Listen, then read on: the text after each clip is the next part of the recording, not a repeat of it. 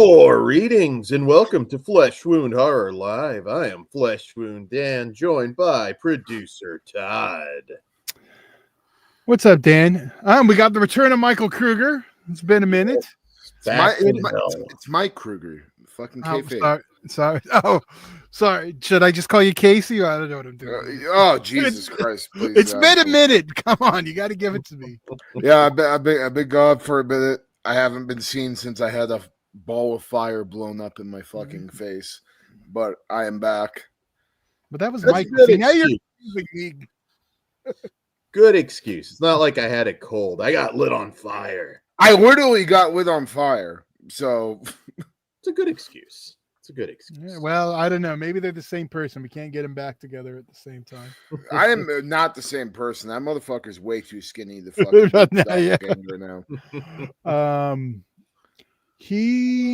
I know he's going to be kind of MIA for some of the Wednesday shows, but I think he's going to stop in on some of the SCSs because there's less for him to prep for. So maybe lots. And Dan, we have a special tomorrow. Why don't you tell him what it is? We do. We have our Rust, and I don't have it right in front of me, so I'm forgetting the doc name, but the Hulu doc of Rust. Oh, so you guys aren't reviewing Rust today? No, not tonight. No, tomorrow. And I know that was originally on the list. So. It was, but once the doc, we found out about the doc, we think it's solid enough for its own show with the true crime aspect of it. So we're going to do that one separately tomorrow. So if you want to jump on, Kruger, you got time. I am eager to talk about it because, there's a lot that you learn. So, since Dan's not helping you with the title of the doc, I will do you a solid. Yeah, I don't have the papers. My bad. Yeah, I know. It's all right. It's Last Take, Rust, and the Story of Helena. There you go. So yeah, it's on Hulu. Really good doc. Check it out. The Story of Helena? Yeah, well, that's the cinematographer who Oh, okay. Yeah. I'm sorry, just hearing Helena makes me automatically think about My Chemical Romance and that stupid fucking song. Oh, okay. No, this is we'll get into it. I'm so eager to talk about that. So we'll move along so you don't start. Yes, and we will have a special Patreon coming up soon. Very special Patreon. Yes. Two. Oh God, are we doing a Rust fucking commentary already?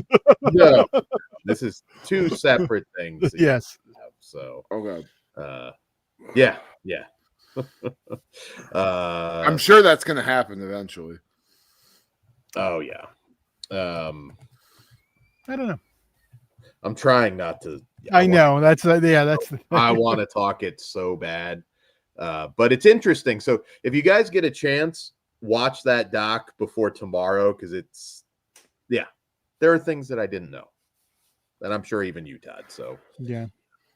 I'm seeing JG pointing out the book Fly By Night about the Twilight Zone movie scandal case, which also makes a great double feature with Rust. Yeah. So I'm doing that joke today because I'm not going to do it tomorrow.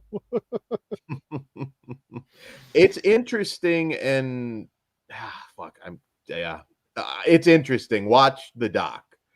The doc is good, irregardless of what you think about that whole situation. Might give you a new perspective on it too. It may not. But we will have a good discussion. That's why I said it might. That it literally means either way, Dan. Well, I know, Tad. I'm just saying. I'm just trying to sell it, Tad. But yeah, we have that. We have a lot of Squared Circle Society stuff coming up too. So stay tuned. A lot. I mean, we have at least two. Well, there's a lot going on this month, so it's a busy summer, I think, in general. What up, Ghost? Anybody that I missed? Do we have any news tonight? I was going to ask you that.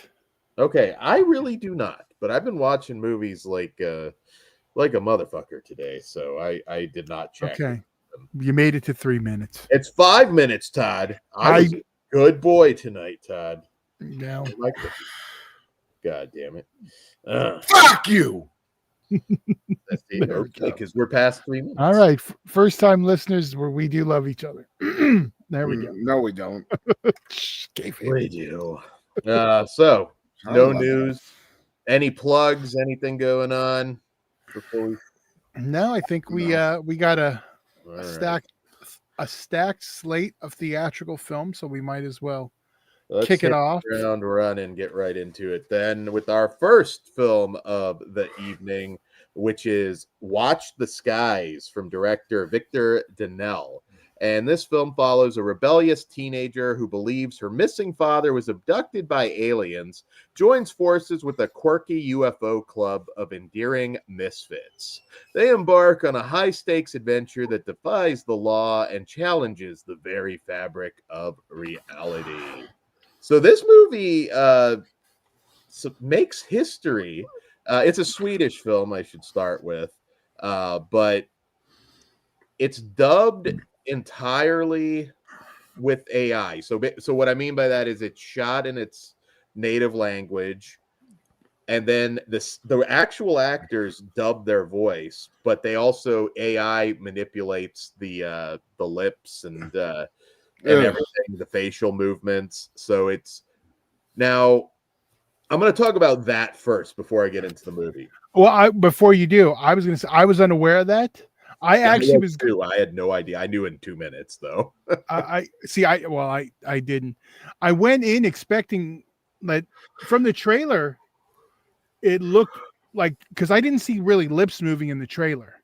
I assumed they were hiding that it was subtitled, and when I got there, it was going to be a subtitled film. So I was surprised when it wasn't. Should also be noted, this was released as UFO Sweden in Sweden. Yes.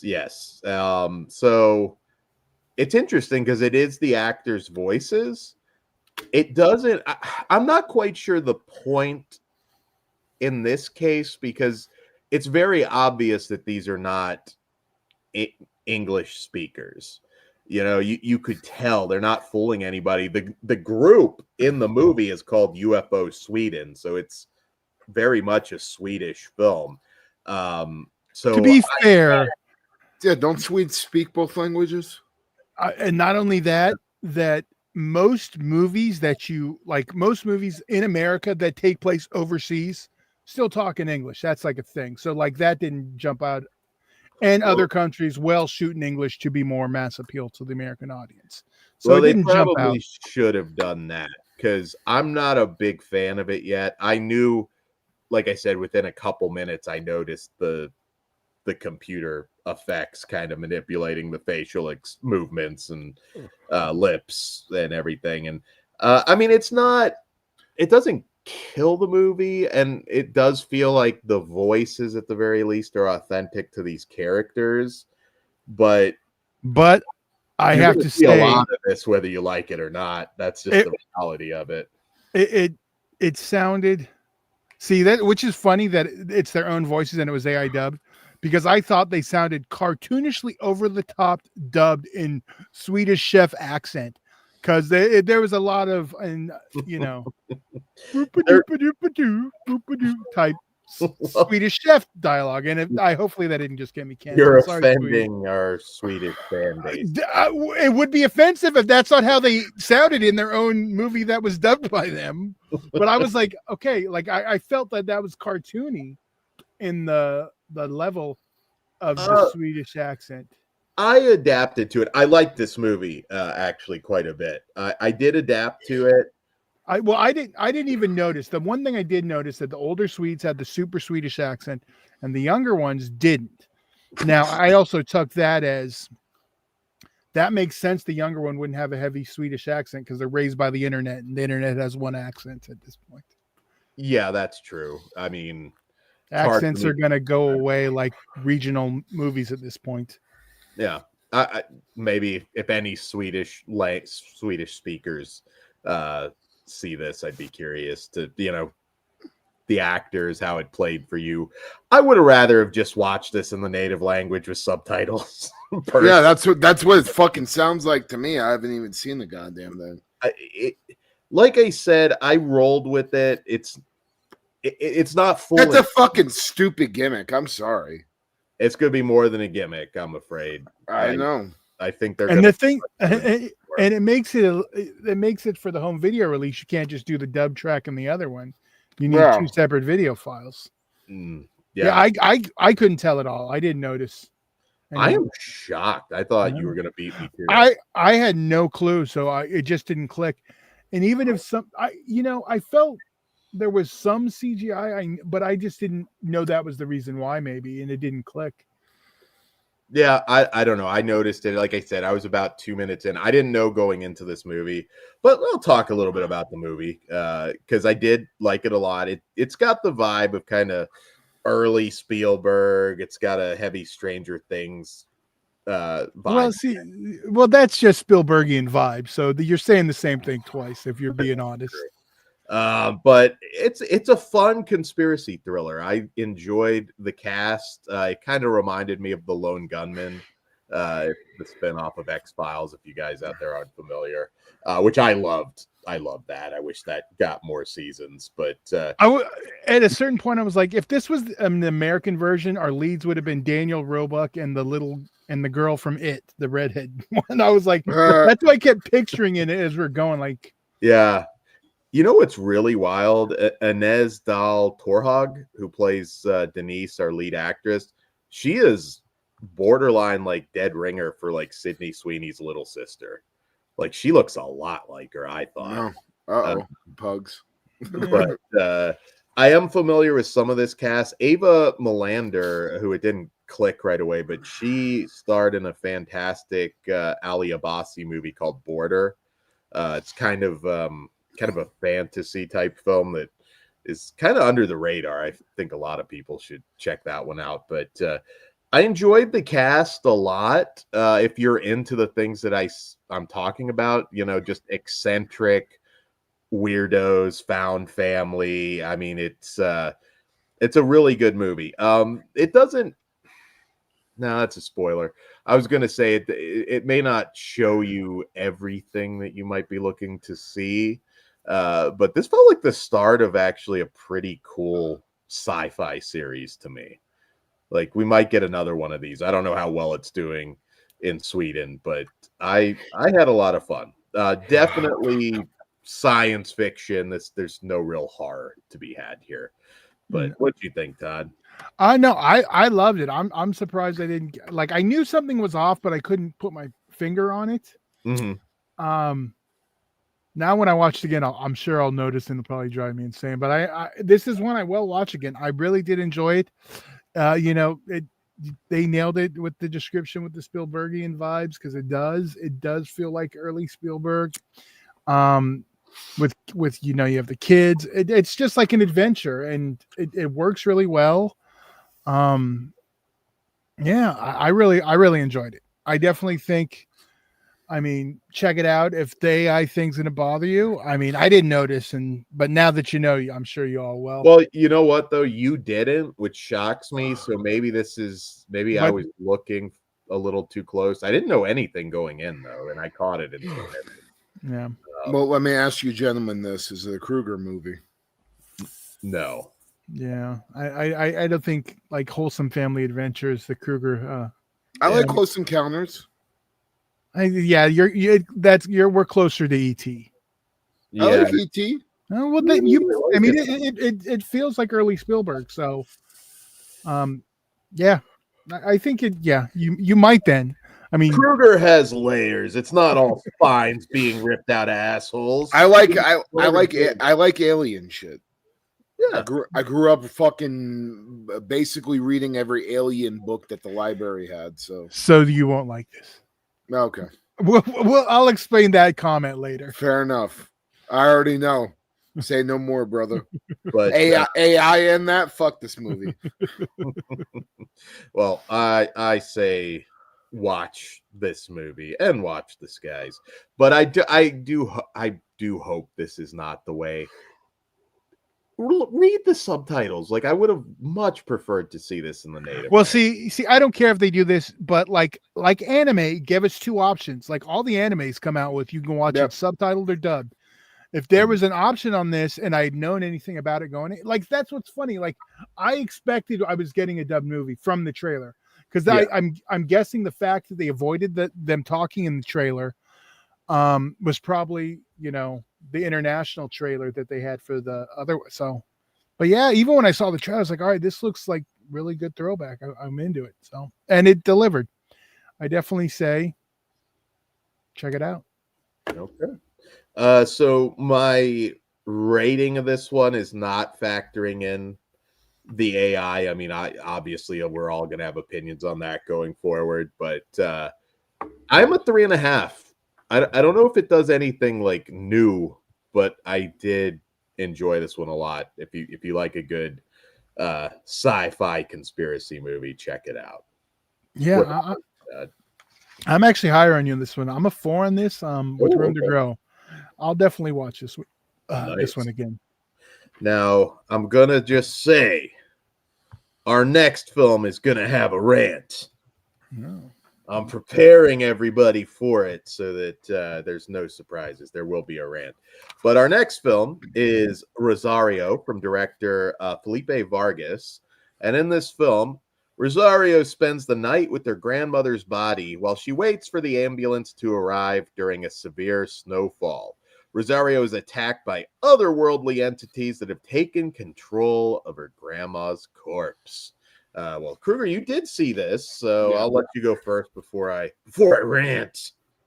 Well, I hate to be that guy, but I kind of fucking hated this lead actress.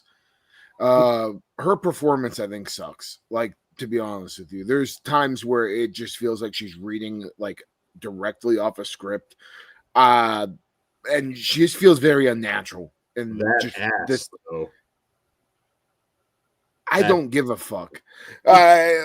So her performance kind of hurt this movie, and there's other things though that I didn't like. Like I don't know, just feels a little too on the nose sometimes with what it's gotta say.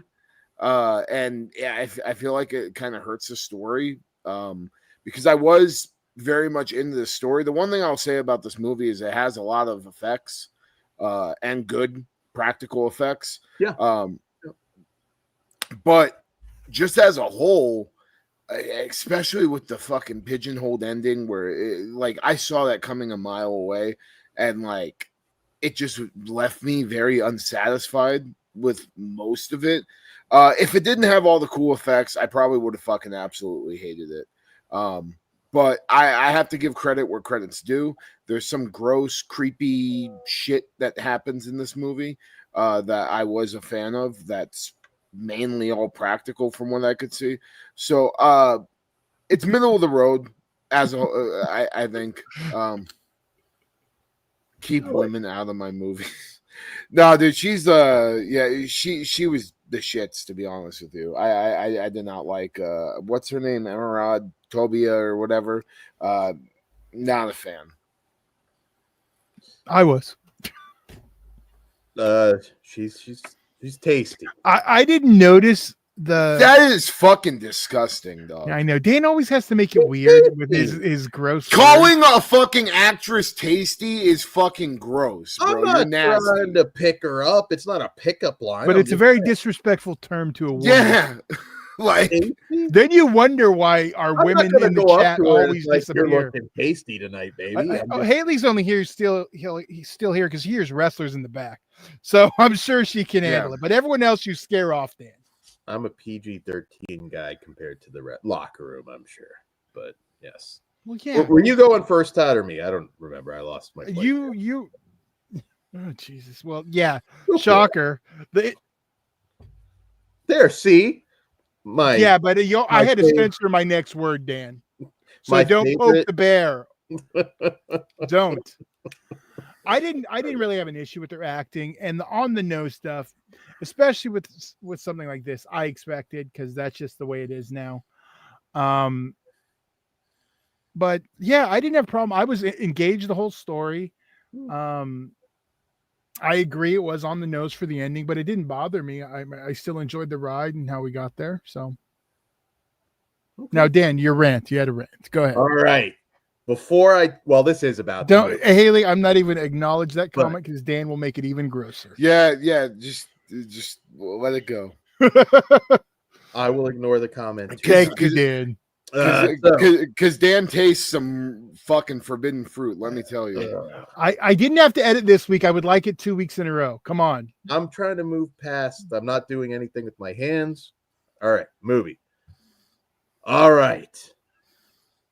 Justice for David Dastmalchian. That fucking bitch just couldn't give him back his goddamn air fryer. That's all he wanted. He loaned it out. Fuck her. Like, just go get the man's air fryer. It wasn't there. It was hidden in the oven, so she didn't see it. She didn't even look for it, Todd. Although, to be fair, as a Mexican, she should know to check the oven. That is story. That is true, yeah. Okay, still, she didn't even try and look, Todd. Fuck her. You know what? Okay, I'm gonna have to defend the Heine here, because let's see. I'm chilling in the house with my dead fucking grandma's body. He fucking moved the body. Okay.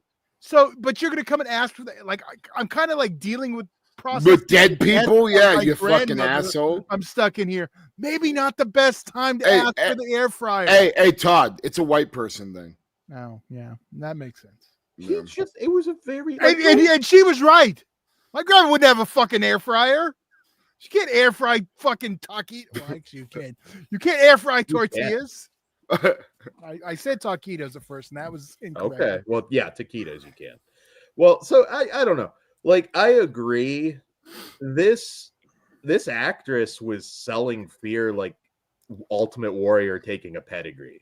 Like, she felt like she just didn't give a shit. There were, I mean, it's got that issue of a very tense concept, but there's like some jokey shit every 5 minutes. So it's like the tension never really gets there. And what bothers me, this is very similar to some recent-ish movies. The Vigil from Keith Thomas. That one, I thought, same premise. It's not. Fuck air fryers. Give it back. Possession of Hannah Grace, Autopsy of Jane Doe, all kind of similar concepts. The Accursed, even to go lower budget.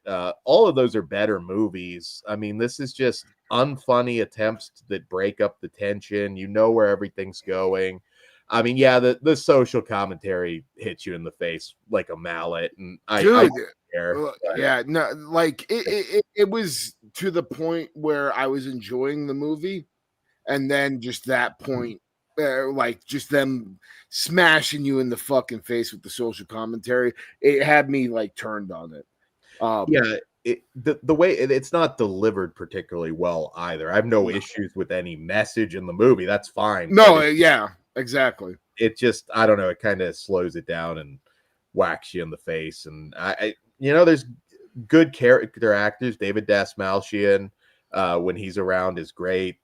Paul Ben Victor, one of those people, if you don't know the name, you 100% know his face, is the landlord.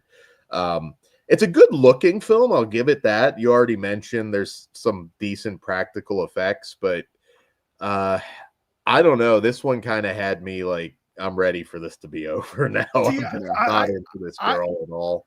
I was enjoying it. I think I was just happy I didn't have to sit through another emo folk fucking bullshit. It was just what it was. A better movie.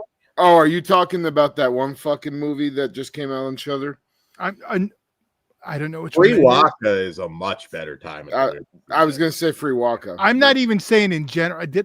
I hated that one, didn't I? I'm just guessing I did. It's the Irish one.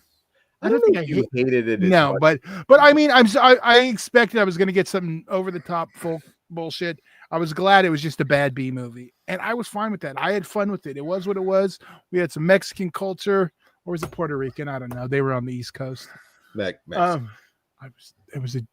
Yeah. All right. I thought you were asking, Todd. Yeah, Brian Trash. This wasn't very tasty. I don't know what Dan's talking about. The actress was very good. Oh, stop it. Didn't even say it. I'm clarifying my point. It was implied. You see the difference? I said she was an attractive woman. Dan makes it gross. Or just call her hot like a normal human being. Like, and I blame you, Napalm, and all your little fucking weirdos. Yeah, say him talk like this. Yeah, he's grabbing him by the pussy in public when say she's fucking hot and has a nice ass like every other human being. She has a stellar ass. As far as asses go, it is It is the greatest. I shouldn't have even brought up. I know. The Now ass see what cut, you're I'm doing. sorry. You shouldn't. Because now he's just gonna. God damn it! They're people, Dan. You're treating them like objects. I'm saying not the best actress. Very. You pretty called her tasty. She is. That's not a bad thing. That's. There you go. Scrumptious. Again, Just why call her hot. God damn it. Why women don't want to listen to us? Because you're talking about your seed, and then you're talking about I didn't talk tasty about women. my seed one time tonight. Tonight, but in general. Tonight, in general, you There fucking talk shouldn't be. about it every night. How many times in the history of the show have I talked about my seed on here? Yeah, I'm sure I could go back and find a couple. You go find it. I can go 2 episodes and find you doing it.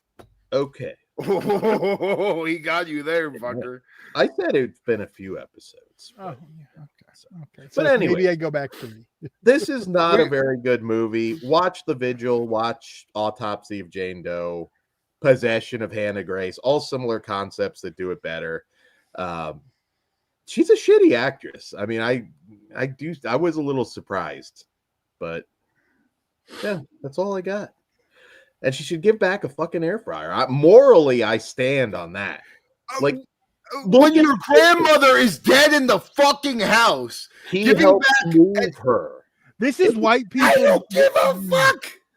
Well, he helped move the body. That's like I mean, I'd be like, yeah. He also knocked on that motherfucking door like 5 fucking times during the night. Like, hey, you got my air fryer now, motherfucker. Get the fuck out of here, David. I thought he was going to play Dastmalchian. in something because he comes off like a creep the whole fucking time. Of course, Dan doesn't get creep vibes. He just sees normal white No, guys. I was hoping like he was going to have something to fucking do with it. Yeah, You know that's what what I it mean? felt like to Like, me. Dan's like, no, just let that fucker in and get him the air fryer.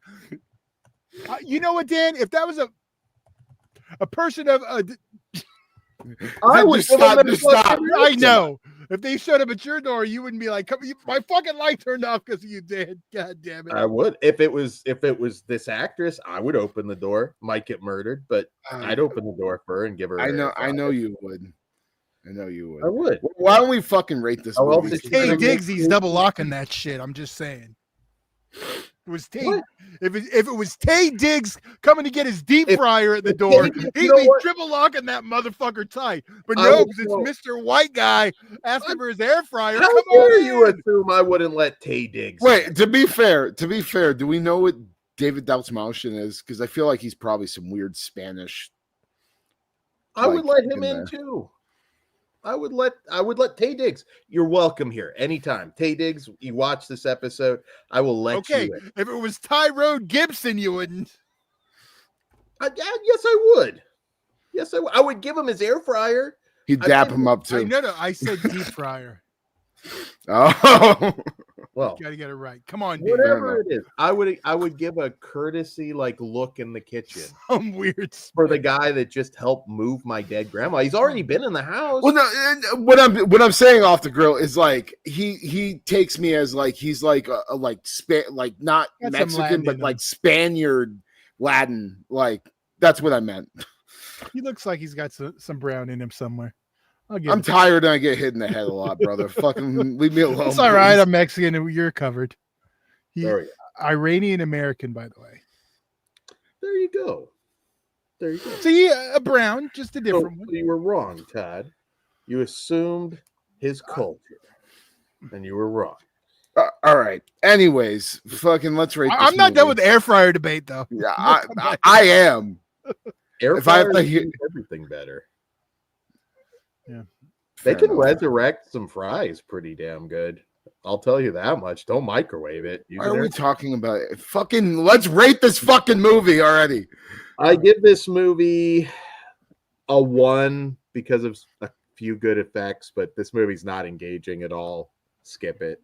I'm gonna be generous because like I was originally with all the effects, like and before the ending and all that bullshit, it was like a 2.5, but it's about the 2 out of 5 for me. I'm the highest one down here. I got you, Haley. I'm gonna give it 3 air fryers. That's my rating. 3 air fryers. All right. And Haley gives it 2 air fryers. So there you go.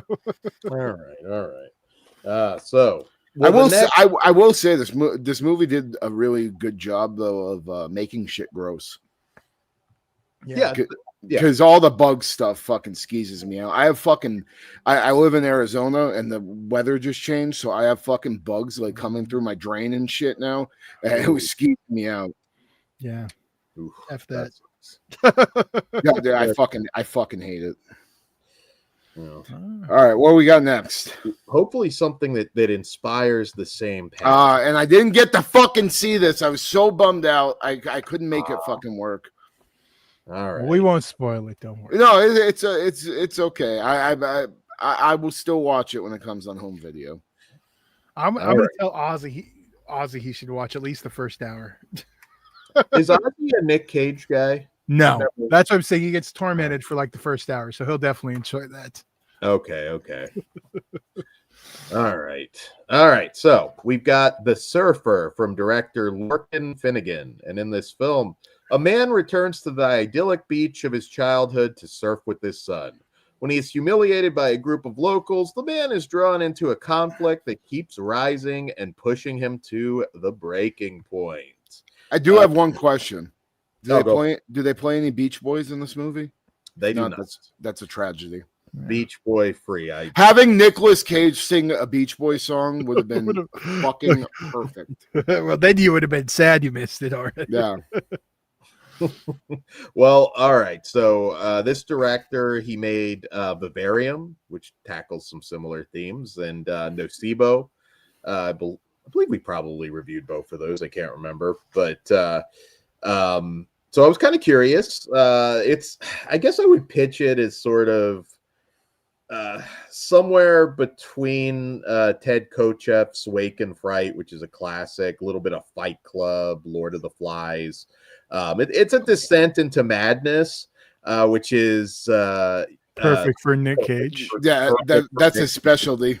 He's already kind of there. I would also say, well, ironically, another film, Long Weekend, which kind of substitute Mother Nature for surfer hooligans, or I forget there's a particular Aussie word. Yeah, hooligans are British. Yeah, I can't think of the name, but yeah, surfer punks. And this really harkens back to the 70s, some of those films that I just mentioned. Nic Cage gets put through the ringer, a lot of gaslighting and mental torture. Most of this movie is just Nic Cage being humiliated and driven to an almost feral state. And if you're not a fan of Nic Cage, do not fucking bother with this one, because you're going to have a major issue. He goes full Nic Cage in The Surfer. So if that's a good thing to you, go see The Surfer. It almost has like almost feels like a play, because it takes place pretty much in a parking lot and the beach. Yeah. Like, we really don't travel anywhere else. It's Nic Cage in his car. He's trying to buy his family home back where he had all these good memories. And there's these very tribal locals that won't let him and his kids surf on the beach. I really like this one a lot. This is not going to be for everybody. Julian McMahon, he's kind of the local leader of these group of surfers. He plays Scally. If you might remember him from Nip Tuck, he was also in the first Doctor Doom in the Fantastic Four movie from 20 years or so ago. The American Fox one? Yeah, the Jessica Alba one. Okay. Yeah, he was Doctor Doom in that.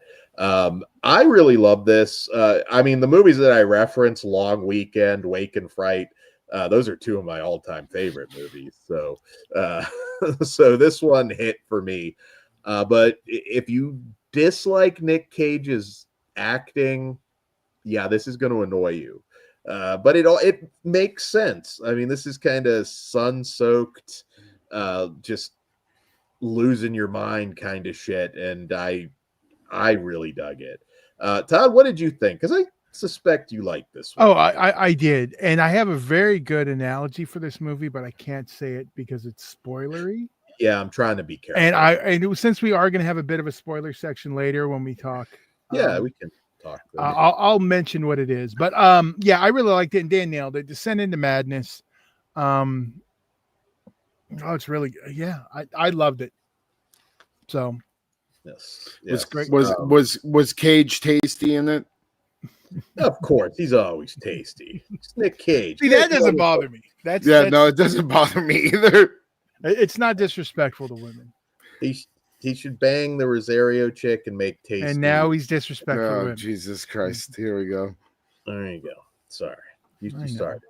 Haley's a troublemaker, clearly, making me go there. But yeah, I dug, and the cinematography is amazing in this. You always say like Texas Chainsaw Massacre, you could just feel the fucking heat. You feel the fucking heat in this movie.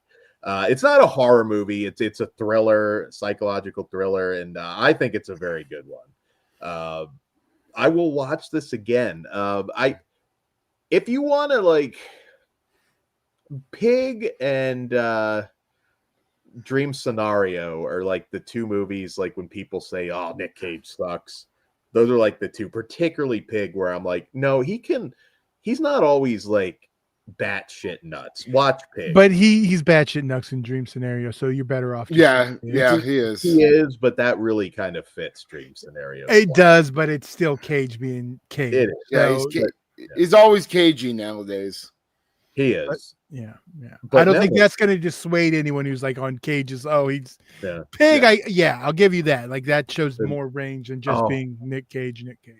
There is a moment involving a rat that is just wild. And pocket triple cheeseburgers. I was fucking cracking the fuck up. That's all. The few who get it. Okay. Oh, there's some shit, literal shit too. Like it comes into play like this. They really make him suffer in this movie. If you don't like bullies, this will definitely get under your skin because there's a lot of bullying, gaslighting, and I know, JG Michael brought up 8mm too. Cage is amazing in that fucking movie. He is. And I mean that's a pretty straight role. He doesn't get cagey at all in there. I love Raising Arizona, but that's him just showing his range of the one accent he can do that he uses every time he needs an accent. I just watched Con Air as a sequel to Raising Arizona, and it works perfectly. He does the same fucking voice. It's no surprise to anybody. Nicolas Cage is my favorite actor, so I'm definitely gonna be checking this out when it comes out. Didn't he make another movie where he was like a hitman or something last year? He was in like Hawaiian shirt. Oh yeah. That Retirement Plan. Yeah. Kind of. It's cute. It's a fun. I still need to check that one out too. I'm a little behind on my Cage movies. Anytime he's in something horror, I'm right there. But sometimes the other stuff takes me a while to get around. Before we rate it though, if you are a Cage fan, I watched Dog Eat Dog not that long ago. Fucking awesome goddamn movie, dude. It shocked the shit out of me because like when I watched it or when I saw the trailer, I thought it was just gonna be some bullshit crime thriller, and then like in the first like 3 minutes of the movie, some crackhead slitting somebody's fucking throat all crazy, blood going all over the fucking place. That's a hell of a movie. Yeah. There's a lot of good stuff out there with him. I've always wanted to do like a Cage ranking show. Arcadian last year with him was very, very good too. And that's another one where he doesn't really get cagey at all. No, he plays that pretty sure. There was one point, if not last year, the year before, where he had like 3 movies in theaters at the same fucking time. I think that's when Retirement Plan was out. Yeah. I think that was last year.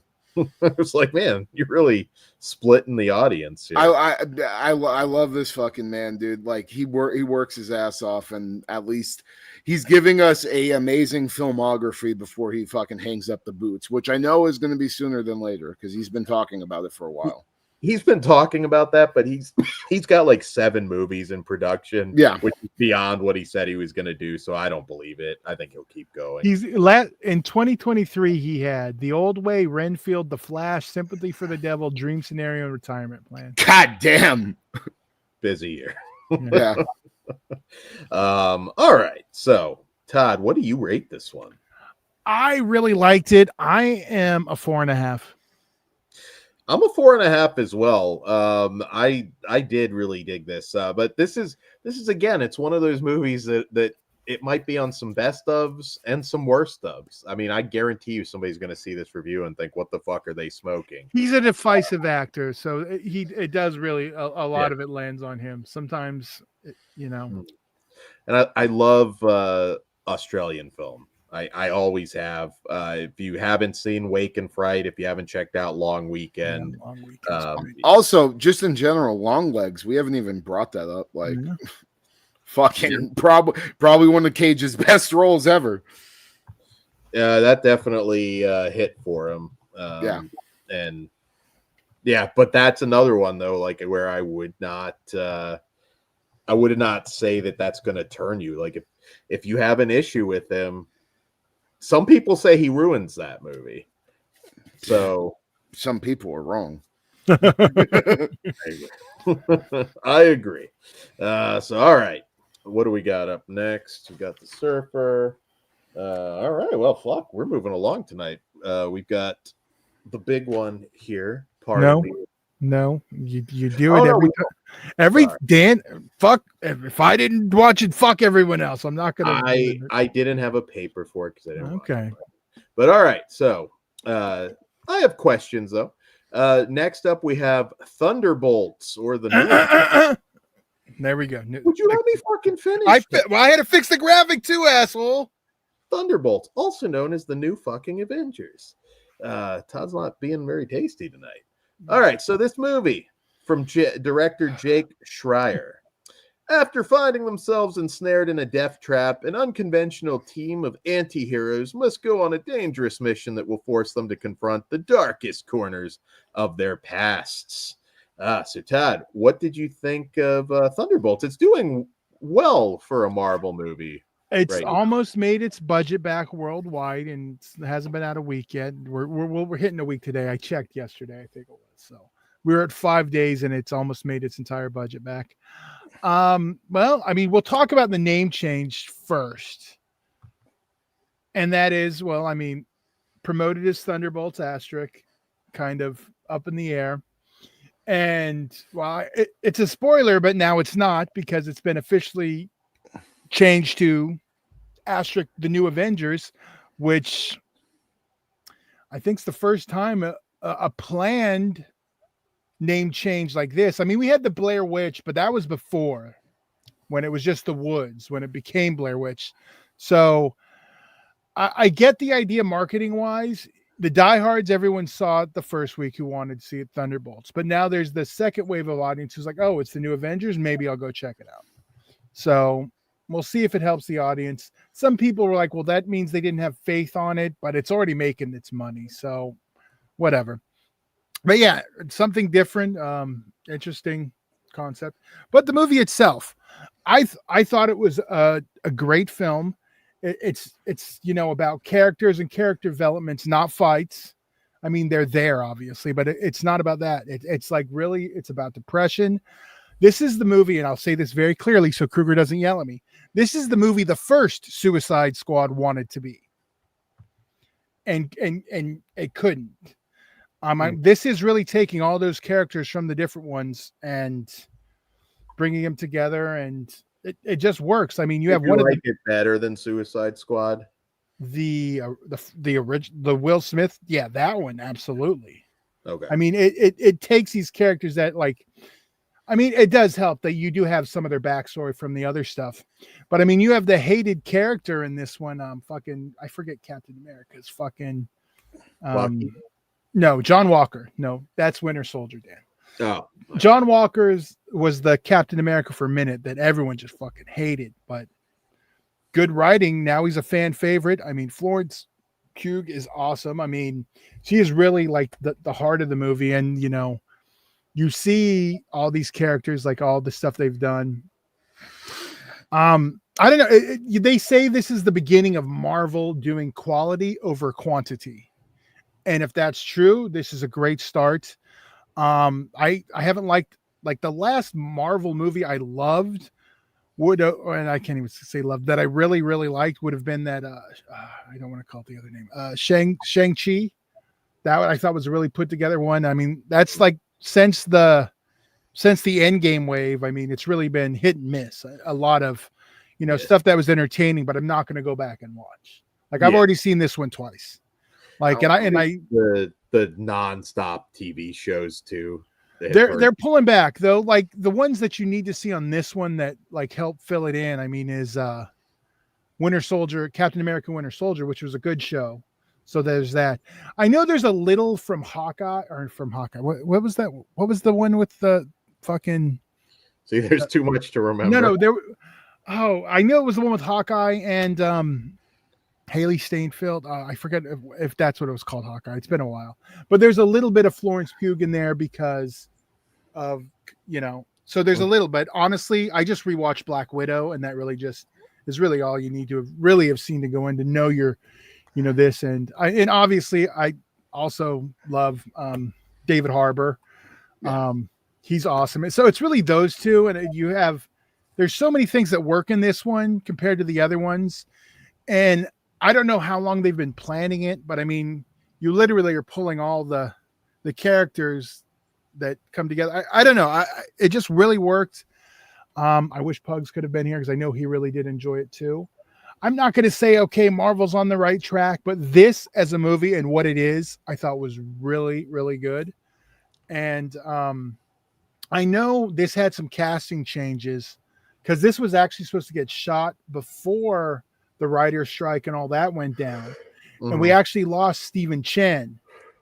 He was supposed to be Bob. And Bob, I'm not going to call him Bubba, even though I'm trying not to.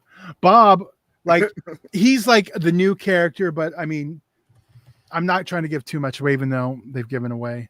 And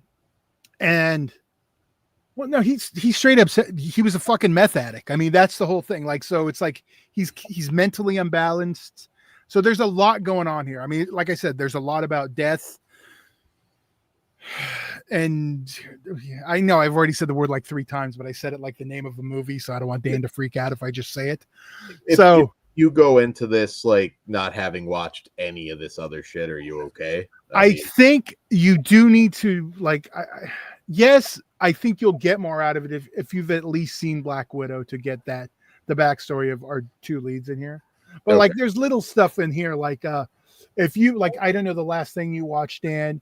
Like Bucky's now like a congressman, or he's like in like the government, but you get that little tidbit from the last the Captain America, the Red Skull one, the last one that just came out a few months ago. He pops some and you kind of learn that. So that's the only thing like you wouldn't know. But I mean, you have characters from like Ant-Man and the Wasp. So I am going to suggest again, and this is novel concept, but it's okay to have standalone movies that just take place on their own. Maybe it gets a sequel, maybe it doesn't. Well, that's how Marvel used to be. And then they would have some after credits bullshit tying everything together. But yeah, and we still get that here. I mean, next up is Fantastic Four. I mean, that feels like it's going to be a standalone entity, at least in that movie. Like, I don't expect to see Captain America popping in. What do you think of that retro futurism kind of vibe that it's got? I like it. We know it's not taking place on this Earth. We know it's taking place on a different one. Yeah. So yeah, I don't know. It fits for Fantastic Four. I like that they're doing something different. Because you look at the last one where they tried to make it modern and dark, it didn't work. I mean, I have no issues with the first Jessica Alba one. It's just a fun superhero. Although to this day, I'm still the Corman one is my favorite of the Fantastic Fours. It nails the spirit and most authentic to the comic book. Yeah, and that's why it's still my favorite. Now this one has a chance. It looks like they're going to try. We'll see. I am interested to see it. Not my, favorite comic book, but I'm interested. This one was really good. I've already seen it twice. I'm considering seeing it one more time before it leaves IMAX 3D. Okay. Really like it. And I'm a sucker for the every time I watch it, I want to watch Mannequin because I'm a sucker for the Starship song. So I'm glad they snuck it in the movie, not just the trailer. And I get why they were going with that art housey vibe A24 feel trailer because it does fit. Because this is a darker. I mean, it's obviously has all the light humor and stuff, but I mean, it's really it's about damaged people. Okay. Even though the ending even though it does have the same ending as an unmade Care Bears movie, I'm gonna let that slide. Fucking random. I know. But if you've seen it, you'll understand that. But it legitimately has an ending to an unmade Care Bears movie. I don't know if it was intentional. My knowledge of Care Bears is limited to say the mine is too. Okay, no, they don't do the Care Bear stare. I'll tell you that much. Doesn't happen. How fucking wild would that be if on the other side of that shelf, Kruger's got like a Care Bear collection? That would be mind blowing. The Care Bears movie is actually a good gateway horror film. Nah, fuck that, Todd. No, it is. You have to remember the Care Bears movie was made in the 80s, so they still have its dark elements. It does have a gateway horror element to it. Or is it the second one? Probably scarier than Hell of a Summer, I would imagine. But since it's kind of on topic for this, that new Superman movie looks like a fucking piece of shit to me. I don't know about you.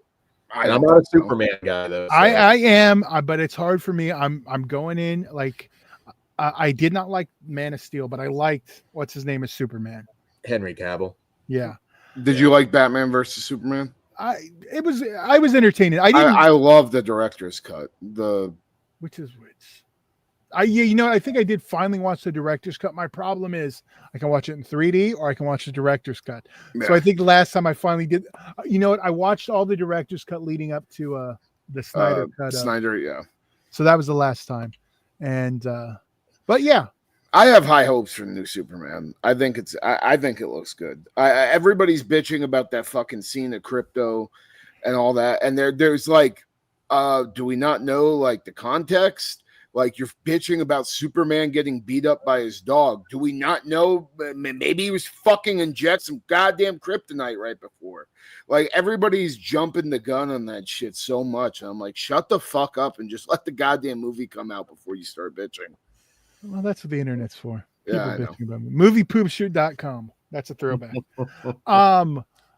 Yeah, I'll go back to Superman. Let me just rate this one. I really like this one, and I don't know if it's just Florence Pugh, the Red Guardian. He's so fucking good. I hear he's walking around Disneyland now. They got the Red Guardian as one of them in the Marvel town. Oh, that's cool. I saw like some videos of him walking around. And he's like interacting with Black Widow that they have there. It's pretty funny. Stand up straight and doing a bunch of shit. But yeah, I'm a fan. I didn't get the popcorn bucket because I don't do that. But they have a cool limo of the popcorn. This is the popcorn bucket, the Red Guardian limo. Yeah. If you have comic book fatigue, I don't know if this is going to do it. But I do think it's a really good picture.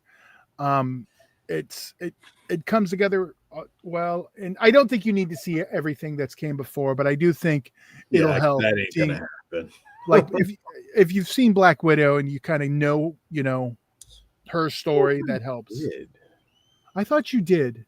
Maybe I did. I don't know. All of that shit kind of bleeds together. Yeah. But if not, that's definitely. And I rewatch it, and I still really like that one too. But okay. I'm gonna rate this one a 4.5. Oh, okay. Well, that's high. I've already seen it twice. Well, for a modern Marvel movie, it sounds like it's decent, at the very least. Well, here we got this. James Gunn is releasing the trailer for the next season of Peacemaker tomorrow. I thought the trailer, or maybe there was a teaser out. Now they do the teaser to the trailer. You know how it goes. But Superman, I'm Christopher Reeves guy, like 100%. Like, and I didn't read a lot of the comics, but that's where a lot of my Superman, mythos comes from. So that is what I compare it all to. I think, God, we're gonna get generational right now. I think the Superman is a reflection of today's generation. And I think, if you look at him going backwards, you get more manly as you go back. Like George Reeves, you can see him fucking smoking and drinking on set. I mean, it's like that. He feels like today's modern man. I mean, so it works. It's not my Superman, but okay. I'm interested to see what they do. I know it has a lot to do with the comics. Is a lot closer. I should say I'm also my other Superman knowledge. A lot of it comes from Super Friends too, growing up in the 80s. So, yeah, I don't know. I'm looking forward to. My kid's going to be down when it comes out, so definitely one we'll go see. I think So I'm gonna have to sneak out to see all the horror shit. So I'll take him to see Superman. There you go.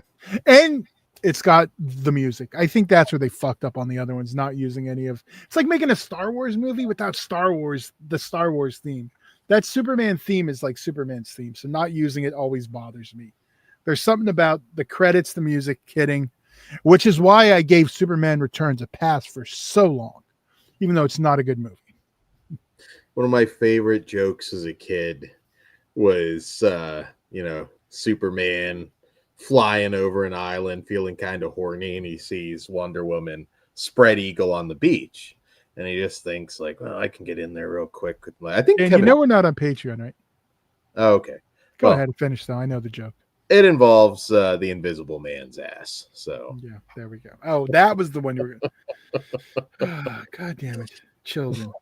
I was gonna say something else, and Dan threw me off with this. Take it too. I swear, Kevin Smith, and he's not the origin of that joke, but I heard that when I was in elementary school. So Kevin Smith is not the. I don't know what the origin of the joke is, but it was always funny. Yeah. Hilarious. I wish I remembered what I was going to say before Dan threw me off with this goddamn fucking joke. Well, it was like Wonder Woman's like, "What was that?" And it's like, "I don't know, but my ass is killing." It's funny. Still funny. No, it is. You also,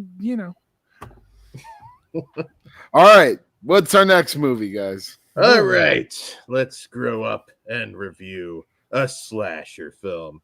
Clown in a Cornfield from director Eli Craig. And in this film, looking for a fresh start, Quinn and her father move to the quiet town of Kettle Springs. They soon learn the fractured community has fallen on hard times after losing a treasured factory to a fire. As the locals bicker among themselves and tensions boil over, a sinister grinning clown emerged from the cornfields to cleanse the town of its burdens, one bloody victim at a time. Go for it, Kruger. Well, before that, I have a question. Okay. Did anyone read the book ahead of the movie? I read it when it came out. Oh, okay. So yeah, I mean, yeah. So I'll be able to ask you how close it is when we get there. No. All right. I can. It's a faithful adaptation. There's some stuff they don't expand upon. But what year did it come out? Do you know what time frame? 10 years ago, 5 years ago? It was like something like maybe 15. They've got 5 years. No, I'm looking right now. 2020. They've got the fourth book coming out soon. So well, I think this is the first one. Yeah. The first one is just called Clown in a Cornfield. Yeah. Yeah. So, okay, 2020. 2020. Oh, wow. Really? I thought it was a long time ago. Well, that makes sense. Yeah. The book made it into Walmart. Adam Cesare, the writer of the book, he's also a YouTuber. And he managed to get that book into fucking Walmart. It's a pretty big book. So I guess before we get into it, I can show it's not, I don't love the book, truth be told, but he writes some fun stuff. Con Season, 0 Lives Remaining, which is like an old school arcade. A lot of slashers. Tribesman is his cannibal book. I haven't read that one yet, but Video Night. You can kind of see he's a 80s, 90s nostalgia guy. And you can kind of tell with this movie because it feels very 80s, 90s style slasher. And I got a rant coming after too, so I'm prepared. I'm not 100% sure what the rant is. I know it's not going to be anything. I don't think either of you will be perceptive to. I'm curious. One thing you might, but I have two things I'm going to bring up. But well, I hadn't read the book, but going into this, I mean, I've heard a lot about the book. When it came out, it was pretty fucking big deal in the horror community.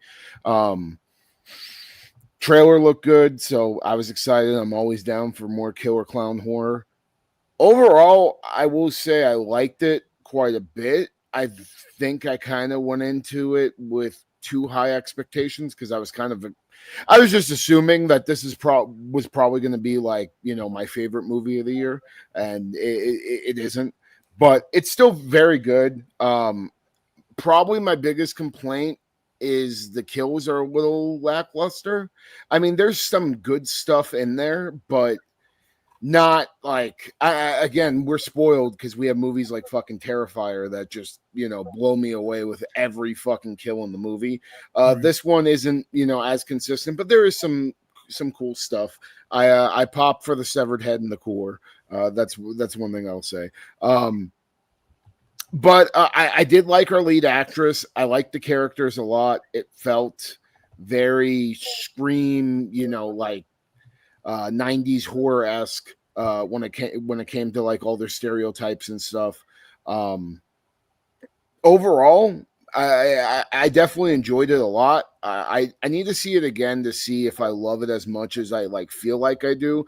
But at the end of the day, it's not anything revolutionary. It's kind of by the numbers when it comes to a lot of things, especially with its twist and stuff like that. I mean, you can see a lot of that stuff coming. But I will say, watching it, if you like Thanksgiving, I think you would like this movie a lot because it reminded me a lot of Thanksgiving.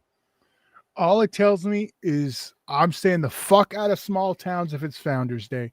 Fuck all that bullshit. That's just some crazy white people doing stupid white people shit. I hear it's Founders Day. I'm leaving this fucking town.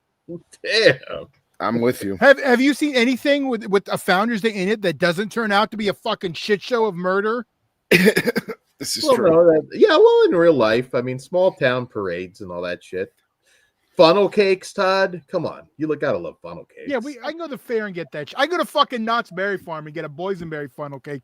I don't need to risk murder to go to the fucking Founders Gate. You live in California. You risk murder every day, Todd. Yeah, but bullets are better. You know, I don't know. Yeah, I mean, it's not like Todd lives in fucking goddamn Inglewood, bro. No, but I'm just saying, like the danger is very present. And I'm just saying, like small towns, there's very little that's going to happen to you.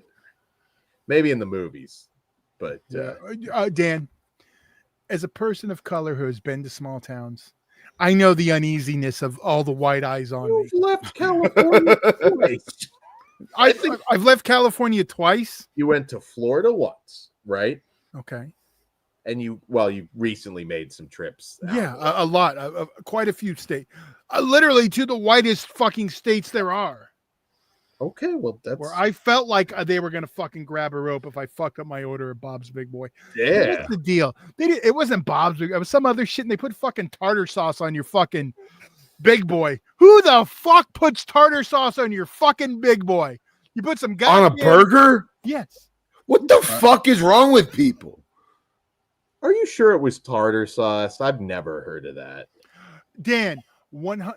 I am white. We don't put tartar sauce. I forget what the Big Boy was called out there. A beef burger? Like a regular burger? Yes, it was fucking tartar sauce. Although I did get the spicy Big Boy, which I have to tell you, it's kind of awkward ordering the spicy extra Big Boy on the fucking menu and not sound like. Anyway, was it tasty? It was tasty. It was a spicy Did you have to, tartar sauce. Get really no, because it was spicy. It was orange. It looked like Thousand Island. But anyway, I bet this was not tartar sauce. Dan, 100% in the fucking. Was it like an aioli? No, it was It was literally fucking tartar sauce, Dan. We'll come back. We're fighting over tartar sauce. Fish's Big Boy.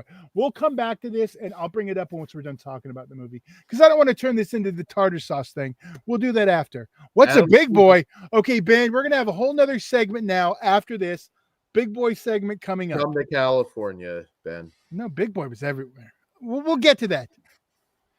Okay, sorry. Let's focus on the movie. Yeah, back to our friend Fremdo. That was an extra rant. Now you get an extra one later. Is it on me? I don't even remember. No, Kruger, please finish. Oh, sorry, Kruger. I thought I was done. Okay. Todd raged out on. It wasn't even my rage. Dan, did you like? All right. So Clown in a Cornfield, as far as the books go, is like the least interesting thing I've read by him.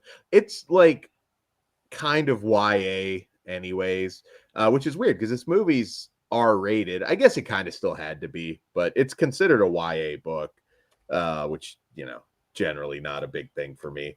The movie is not great, if I'm being honest. It's very derivative. You know every twist before it happens. It lacks atmosphere, which kind of sucks because usually these small town themed slashers, you at least get a certain level of atmosphere, but it's very much in the vein of, a joke every few minutes. There's no real tension. The kills are okay, but there's nothing that particularly stands out. The weightlifting kill, I guess, was kind of fun. That's the only one that I remember, and I just fucking saw this thing a few hours ago. So there's also certain things you can guess just based on the cast, which we can talk about a little more. Yeah, I'm curious what that is. Even if I didn't know, because I did read the book, I think you would guess it anyways. Well, you'll ask me in the spoiler section if I did. Okay, very disappointed. This is the director of Tucker and Dale, which is in another league from this movie. I didn't think that even the kids, it's like, I didn't think they really established much camaraderie. Well, you could tell it was a tight-knit group she pops into and kind of is assimilated in. I did like it. And I actually agree with Ben 100%. I liked it. It was a throwback slasher, nothing revolutionary, but felt familiar, and I like that. Yeah, and that's kind of where I'm at too. Moments. I don't hate the movie. It's just okay, that's it. I think it'll appeal to younger. Here's the thing. I will get into this now. I can only do one rant pre-spoilers, and I'll do this. This was an anti-Gen X propaganda film. It was Gen X versus Gen Z. Yeah. I'm like, okay, you motherfuckers, you don't want the smoke. Don't wake the fucking Gen Xers up, because we'll come for your bitch ass. We don't give a fuck. Now, that said, I did have to pop for some of the things, some of the things that foiled them that would not have stopped me or Dan. Well, maybe the stick shift would have fucked Dan too, let's be honest. But I mean, I was dying. Not true. Well, I have driven a stick shift, but yeah, very like 8 years. Okay, my point is, yeah. So yeah, I was kind of like, you motherfucker. I see what you cocksuckers are doing, but that's okay. And yeah, because it starts off, because they attack first, just having a flashback scene to the 90s is rude, and then have her in the car telling him, well, the fucking 80s as far ago as the 40s were for you. I was like, bitch, shut your goddamn whole mouth. It's true. It's true. It doesn't mean I need it thrown in my face, but anyway, yeah. So there we go. Yeah, that's my rant on that. Yeah, it's one of those movies, like, I'm interested to see other people's reviews, because I think like a lot of it I learned to drive a stick from this movie. Well, there you go, Aiden. So you learned something from it. That's the important thing. The hardest part is turning the car on. You know, one interesting thing I noticed about this, and this might just be modern movie, but it does follow a lot of the cliches. I mean, teenager, teen angst, getting over the death of her mom, small town doctor trying to connect with her. Like, it is very familiar, but they don't have the town slut in this movie. Like, that's one cliche they don't go for, which is just interesting to me. I mean, she tried to go for it, but it didn't fucking work out that way. That's true. That's true. Yeah. I wouldn't have considered her the slut, though. But I mean, she was trying to get in his fucking pants pretty quick, buddy. It was within 24 hours, dude. She wanted that. She wanted the taste. She wanted that corn on the cob, brother. I will say this: Dan may not like it. This is better than all of the Children of the Corn films, minus Urban Harvest. Yeah, probably. Well, name one. No. Besides Urban Harvest, no. I watched this movie today, and I'm already forgetting about it. Like, that's just kind of where it's at. I might be a little generous with my rating, but Ben brought up a good point. Gen Zers, no slut shaming.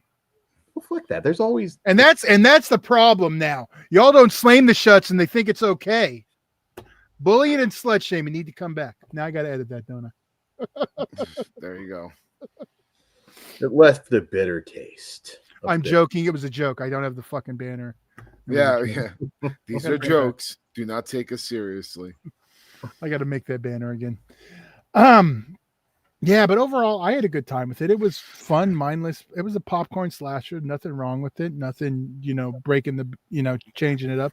Always good seeing Will Sasso, seeing him do a little something different. Yeah, I did pop for that. Yeah, I was like, is that fucking Will Sasso? What the fuck? I avoided the trailers up to seeing it. So was he Kevin even in the Durant, trailer? the other, mayor. Yeah, wasn't he just in Abigail? Yes. Yeah. Okay. Yeah, he's in a lot of stuff. He looks like Elon Musk's long lost brother. He get a lot of steroids, maybe. Yeah, but I get what you mean with the face, though. Yeah, dude, his face looks like Elon Musk, shape, eerily, and the way he talks too. There's your biopic. Yeah, there. I'm telling you, that's going to be a finish to a wrestling show. It's going to be a Tesla just riding down. That's what's going to fuck Cody at the next WrestleMania. It's gonna be fucking goddamn Travis Scott pulling up in the fucking Tesla. Fiend. Like fucking. We hated that too, Kruger. I think everybody. Jesus Christ.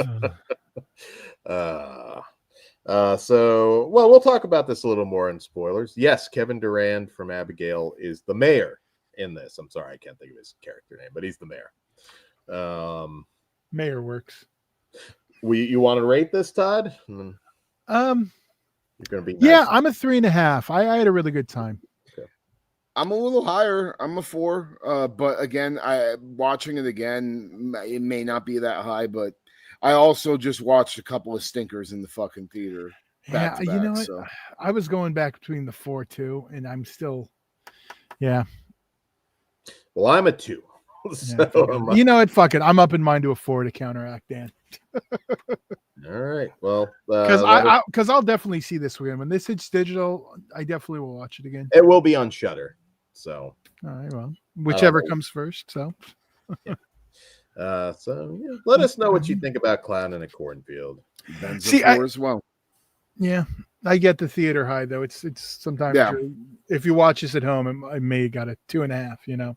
You know what's another movie this reminded me of? What was that fucking? It was a Halloween movie with the pumpkin head fucking slasher. They were wearing fucking Misfits masks and shit.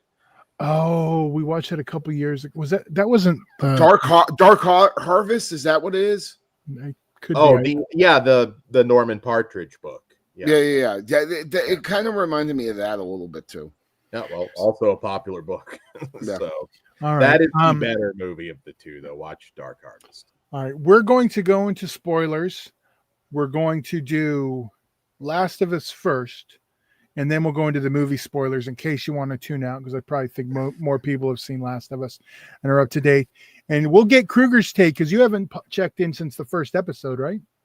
Or at all? No, I haven't checked in at all. So I just watched all the episodes that are out of season 2 today. Well, so we'll obviously want your thoughts on episode 2.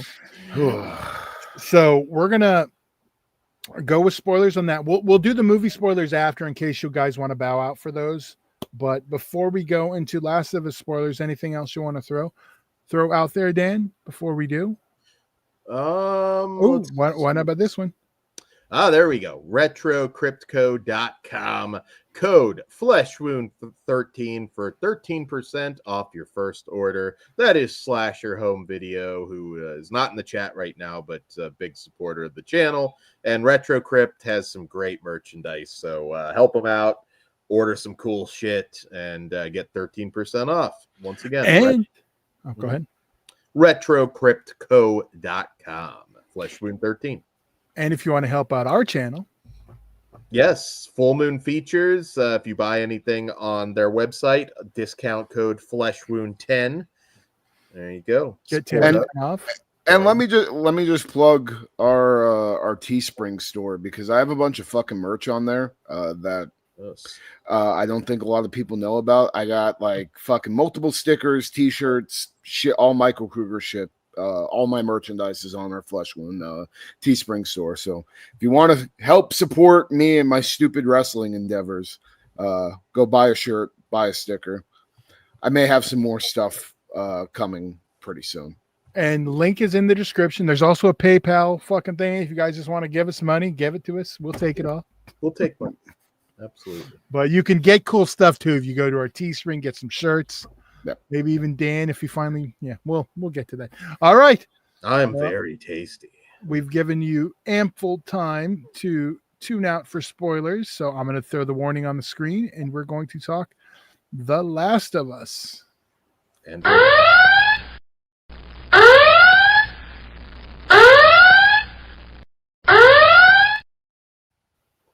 all right, so let me just fucking preface this with saying I have not played the second game for a fucking reason. I heard it's just depressing.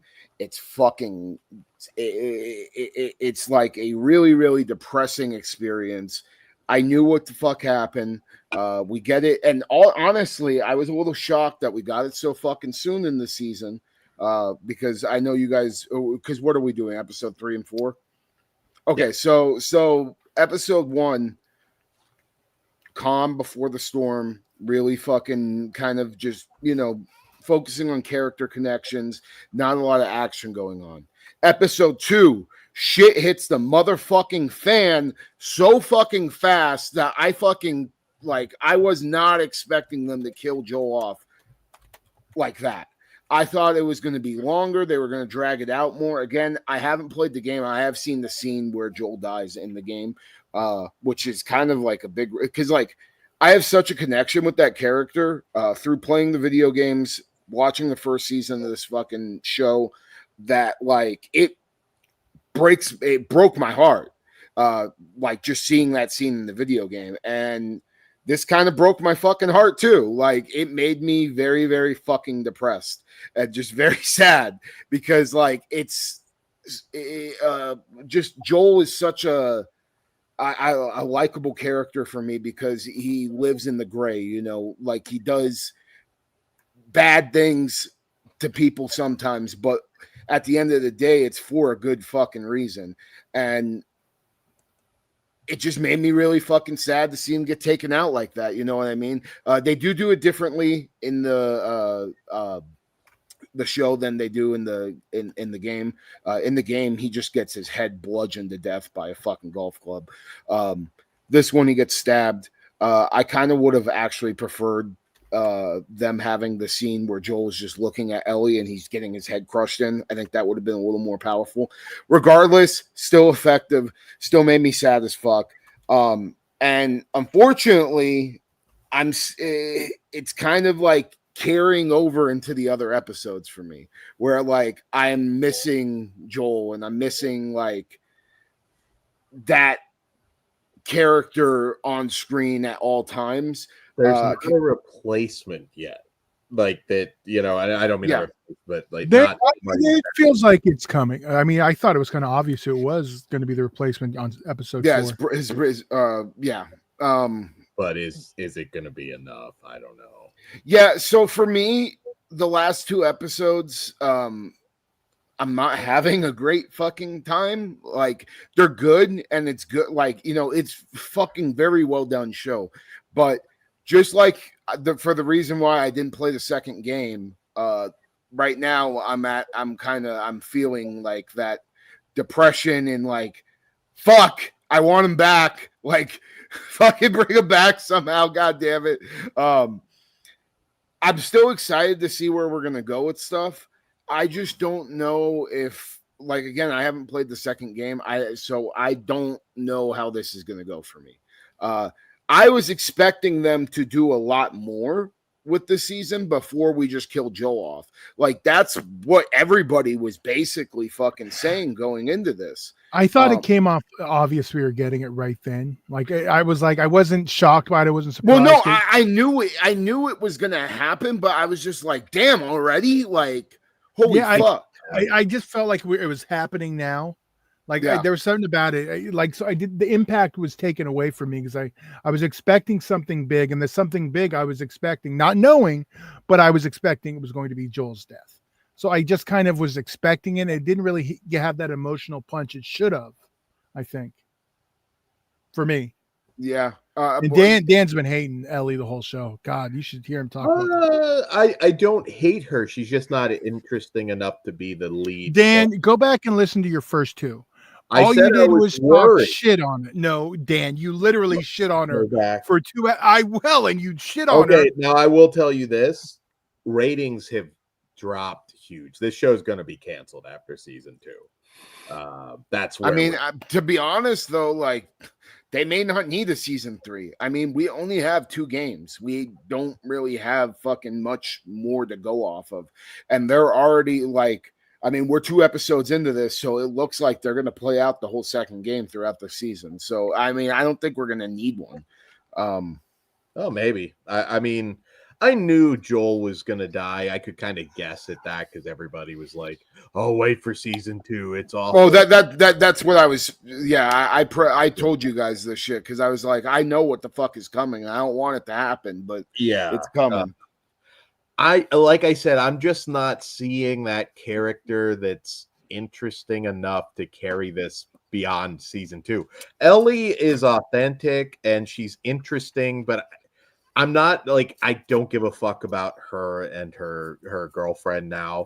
Like, nothing against them. It's not that they're bad actors. It's just that's not going to make me watch this. And that might just be me as an old guy now. I'm 39. I did the teen romance stuff. Like, it's just not that interesting to me. I feel like I'm in the middle of just a random Walking Dead season now. Really? It's lost something, I think. It really has. But even like the beginning, I think they waited too long. Because like I wasn't hyped for the return. I wasn't. Yeah, me either. I was more hyped for the return of fucking Dark City because I still like Negan as a character, which did debut this week, which I did enjoy the episode. Got the bat, so that was always fun. Have you watched all the fucking seasons of Walking Dead? I'm caught up. I've watched everything. God damn, that's fucking I actually caught up on the Daryl Dixon second season right before the new season started on Sunday. So now that I'm watching them together, it's going to get even more confusing. Then maybe if Negan showed up on The Last of Us, I bowed out after season 2. Wow, those are good seasons. So you're good. Like I can go back and rewatch the first 2. There's things that have made me want to watch because, like, honestly, I didn't get fucking any Daryl or any of that shit. You know what I mean? But just debuted on UEW this past. Yeah. Oh, fucking Mike James. Became Dale. Yeah, that's the next show. That was the dumbest decision. We got to sit down. We'll talk later. I want a shitty program. So one thing I think you didn't like, Todd, is this is becoming a CW show. Now that's not entirely bad. I love some CW stuff, but what do you mean by that, though? I should say it's becoming an old school WB show. Now it's like these 2 episodes were just teen romance. The last 2 episodes, that's all this was. That's a big part of her character arc. I get it, but again, I can understand why some people are just like, I'm not as interested now. You know who could be a dark horse to be the replacement? And I know he probably won't be, but the bigot that yelled at them at the dance. What the fucking old man? It would be an interesting turn, would it not? Like, his character has a redemption. He was just drunk. He gave him some steak. He's an asshole, but remember Daryl's character, more Merle, but he was a little, not. Yeah, Jeffrey Wright though showing up, that does make me interested again. Great actor, and maybe I don't know what they're gonna do. I mean, Caitlin Dever, she's also good. It's hard. My understanding is she's like some jacked bodybuilder in the game. Somebody did tell me that, and I'm like, yeah, it is. It's hard to feel as savage about like this little girl like beating somebody's brains in with a golf club. Maybe I'm sexist. I don't know. It just doesn't work. I'm not feeling that. To be fair, she's a lot more jacked in the video game. Yeah, that's what I heard. Or they were. Sorry. I do want to throw out, and it is renewed through season 3. Okay. Oh, it is. Doesn't mean it won't get canceled because they announced, what was it? CBS. Those ratings have been dropping huge. Yeah, I've heard. I know. CBS announced season 2 of Papa's House, the Damon Wayne show. Then, like 2 weeks later, canceled it the week before the season for 9. So just because it's currently greenlit doesn't mean it will be. I'm not totally out of this yet. It's not like it's done something so awful that I'm not going to finish it. It's just, it's a huge drop off. And I'm not sure if just Ellie killing Anna, I believe her name is, or Hannah. Sorry if I'm forgetting. Here's the thing. We only got 3 episodes left. It's 7 episodes. I don't even particularly care about the revenge aspect of this one. Like, it's like, okay. The dynamic was Joel and Ellie, and I'm not. We'll see. Maybe it'll surprise me in these last few episodes, but I'm not there right now. It's just kind of generic now to me. I think one thing they need to do is bring in some more of the different classes of villains or like different classes of the creatures from the video game, because they've really only brought in 2. There's like a couple of like giant monsters and shit like that they still haven't fucking dived into yet. Yeah, the creature stuff's cool. Like the stuff in the train car and everything. Like okay, that's fun, but the story's not grabbing me right now. But we'll see what happens in the next episode. Maybe they'll turn it around, and they could. Maybe I'll be surprised. I'm open. I mean, I'm not like, okay, it's Sunday, I got to watch it right now. Yeah, no, and that's how I was. That's how I was for the first season, 100%. Yeah, and I'm like, okay, I'll just watch it before the show. Like Dan forgot last week or the week before? Forgot to watch it. Wasn't grabbing me. Yeah, and that wouldn't have happened the last 2 years. Yeah, obviously. So yeah. At least I got Negan over on Walking Dead. He's always fun. Dade's still hoping he bangs fucking what's her name, Maggie. Yeah. That would make no sense at all. But I still wanted to happen just so Dan will rant about it. I don't think it's good. Well, all right, it's not really a mild spoiler, but I guess it is. I do have one thing to say about the Surfer. Okay, so, mild. It was just a fucking gang initiation. I mean, I was like, all right, I get what the whole thing is. So if you're from LA, you'll relate to it. It's just the Aussie version. So that was it. What, he got jumped in? Basically, I mean, there's more to it, but I thought it was funny. So I was like, oh, okay, I get this now. But it's like, makes sense. So it's like an Aussie hood film. So maybe we'll throw it on Hood Approved next time. All right. That was my joke for that. Okay. Can you imagine Ozzy, since it's in the trailer, the don't live here, don't surf here? Like, I bet Ozzy would just I don't think Ozzy would walk away. I feel Ozzy would go full Ozzy on him. And probably I want to see full Aussie versus full Cage. That'd be pretty entertaining. Just put him in the room, make him fight to the death. Yeah. All right. I know you guys wanted substantial warning on Clown in a Cornfield. We're going to talk briefly about it. Don't go away. I will come back to the big boy. We'll give you the thumbs up when the spoilers are over. Yeah. Well, when we're done with that, we'll remove everything. We'll be back. I don't have anything like too crazy, but yeah, my only thing was my other rant I couldn't do on the other one. Yep. Okay. Here's your warning now. Dip out now. I'm going to talk a little clown on the cornfield, clown in a cornfield briefly. All right. There's my warning. Okay.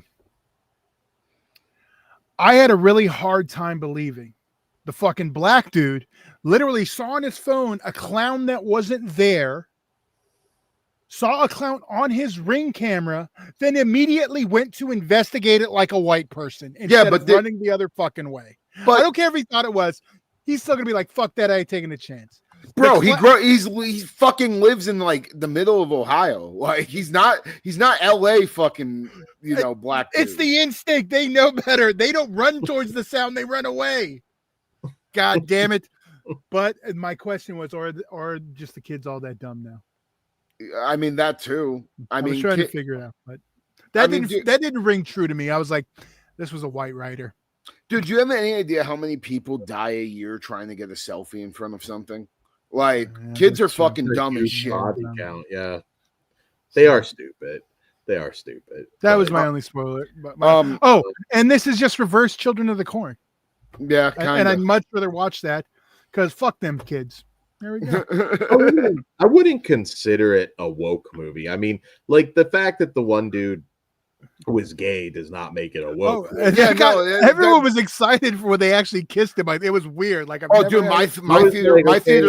was the opposite. They kept going. They were like, "What the fuck?" And like, that makes sense. California, Arizona, does make perfect sense. But even normally, it's like it doesn't get a reaction. But it was like they all were like laughing. I mean, I also called that like pretty fucking like immediately when he rejected her. I was like, oh, he's got a thing for that other guy. That's why he was saying he dances to boy bands in the fucking mirror. That makes sense now. They tell. Oh, okay. Ben wanted to come back for the spoilers for. Okay, I didn't know where he was, so he's here. Oh, sorry, Ben. I misunderstood you. Yeah, we all thought you wanted to leave for this, so not come back. I mean, it's one of those movies based on the cast. Like Kevin Durant. Ben asked, is that in the book? Yeah, is the gay stuff in the book? I believe so. I didn't like. Okay, yeah. I mean, I think it was, but it would make sense for the time period too. But like, I had no fucking complaints about that. Like, who gives a fucking shit, dude? Yeah, I mean But it wasn't like a message. Characters anyway. No, and it wasn't like there was no like fucking message shoehorned either. No, it was just it was like the kids he's just gay. Yeah. That's the way it should be treated in most stuff. I don't need hammering in. I'm cool. You're gay. Yeah. Cool. Doesn't bother me. Do whatever you want to do. But sometimes when you get hit over the head with it and it gets a little too repetitive, I wonder if Dan's going to make me cut this. But no, I get what you mean. Dan froze too. I know. He's scared. He had to back out. No. What? You're back. Okay, I'm back. You hear me okay? Yeah, we do now. That's probably good you disappeared. But I'm sorry. Where I was at, like the Kevin Durant, bigger actor for this movie, so it's like, okay, he's definitely the villain or one of the villains. See, I didn't. I didn't know we were going with the whole town. I didn't know that's what we were going. Yeah, I read the book. Yeah, but it's obvious anyways. Like, Yeah, I kind of figured. Yeah, I've already forgotten some of the book, but it's close. I liked when the girls reacted with, oh. Yeah, they were like, oh, this makes sense now. But yeah, like I was fine with it. Do we have anything with the kills? I'm trying to fucking think. I mean, the chainsaw kill was cool. Dude getting his head fucking severed off with the bench press, and then the clown fucking putting the hacksaw on the thing. That was kind of cool. Yeah. But I did feel like I don't know. I read a review prior that was just like, oh, the kills are so fucking good, blah, blah, blah. And I'm just like, ain't no fucking Terrifier or Stream or fucking goddamn Screamboat. To be fair, your bar is set up here. These are like better than Friday the 13th, so that's a plus. I wouldn't even fucking go that far, dog. Like, well, they show more on. I was disappointed in the atmosphere of this one.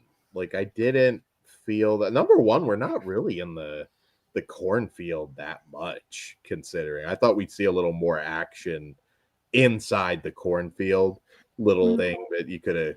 I don't know. This movie was. I mean, the whole third act takes place in the cornfield, though. Oh, I guess. I don't know. There was a lot of gags they could have done there. Oh, I did like the doctor's office thing, especially when he pulled the knife out. I thought that was funny. Yeah. There were a couple moments, a lot of beheadings. Yeah, I would have liked to have seen the teacher get a better. I mean, he got splattered, but I mean, I feel like I'm glad she got to kill him off him, because that detention was bullshit. Was that the one that fucking splats on the car? Yeah. That was all right. You could see it was CGI blood, though, the way it was on the wipers. I was like, okay. Kevin Durant got to play Joker, basically. Yeah. That was I did like him with his makeup, though. He cracked me up. Yeah, other than that, I don't think I got anything else. Gentlemen, If it feels as though this episode is edited now and you're watching it in the future, well, you should have watched us live. But the good news for you is you can see the uncut version of this episode where we talk about some food condiments and other things in very inappropriate ways, and break a lot of taboos. That's why. You're making me want to say it so bad. Patreon.com/fleshwound-features. It all starts at just $1. And I'll stop there because I'll just say something bad again. Probably. Money's on the dresser. Whatever you do, don't fall asleep. Now I can't find her out. Butterbean titties.